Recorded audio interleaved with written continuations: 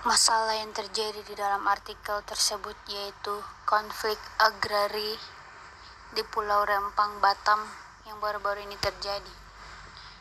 Rencana investasi jumbo dari investor mendapat resistensi yang cukup masif oleh warga setempat, terutama warga yang merasa telah tinggal di Pulau Rempang secara turun-temurun. Resistensi lahir di saat eksekusi relokasi atau penggusuran akan dilangsungkan oleh pihak pemerintah yang diwakili BP Batam dan pemerintah Kota Batam. Walhasil, konflik terbuka antara aparat keamanan dengan masyarakat setempat tak terhindarkan. Kemudian aksi balasan berlanjut dengan aksi unjuk rasa yang cukup frontal di kantor BP Batam dan Wali Kota Batam. Namun, belum tuntas urusan Pulau Rempang ini, kini muncul gejolak baru, yakni kericuhan ini terjadi akibat demonstrasi yang digelar oleh ratusan penambang di kantor Bupati Pohuwato, Provinsi Gorontalo, Kamis 21 September 2023. Dalam aksi amuk massa tersebut, massa membakar kantor Bupati Pohuwato dan merusak fasilitas di perusahaan tambang emas milik Pandi Gold Project. Fasilitas pemerintah yang dirusak massa diantaranya kantor Bupati, kantor DPRD Pohuwato, dan rumah dinas Bupati.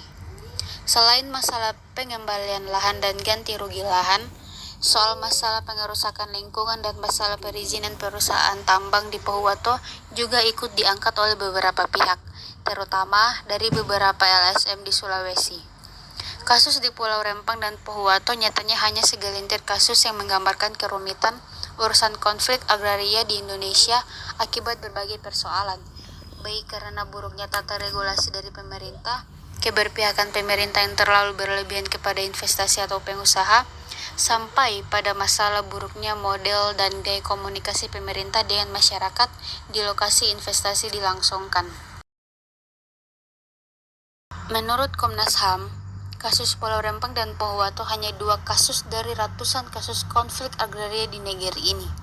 Dalam 8 bulan terakhir, Komnas HAM mencatat sebanyak 692 kasus konflik agraria yang dilaporkan, yang setara dengan rata-rata 4 kasus setiap harinya.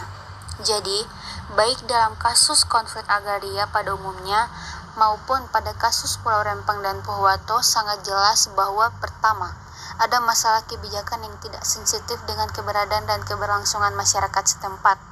Kedua, ada masalah koordinasi antar lembaga pemerintah. Ketiga, buruknya komunikasi antar pemerintah dan masyarakat setempat. Keempat, masalah yang nampaknya terjadi sebab awal dari semua simpang siur kebijakan pemerintah di atas adalah adanya keberpihakan yang berlebihan dari pihak pemerintah kepada pengusaha dan investor. Namun, pemerintah tetap harus memiliki harga diri dalam mencari investasi di satu sisi dan harus menjadi garda terdepan dalam menjaga harga diri masyarakat setempat, bukan malah sebaliknya. Dengan kata lain, tidak berarti pemerintah harus gerasa-gerusu sampai harus menggusur rakyatnya secara dadakan hanya karena ada investor yang kebelet ingin berinvestasi. Jika pemerintah tidak melakukan paradigma atau menghambat investor, maka kasus yang terjadi di Pulau Rempang dan Pohuwato akan kembali terjadi lagi di lokasi konflik agraria lainnya. Dalam kasus Pulau Rempang dan Pohuwato ini, semua elemen masyarakat harus dilibatkan secara intensif dan kualitatif. Dan semoga pemerintah benar-benar mengambil pelajaran penting dari kasus ini. Jika tidak mampu memetik pelajaran dan kejadian tersebut sampai terulang lagi di lokasi lain, sungguh pemerintah terlalu kejam.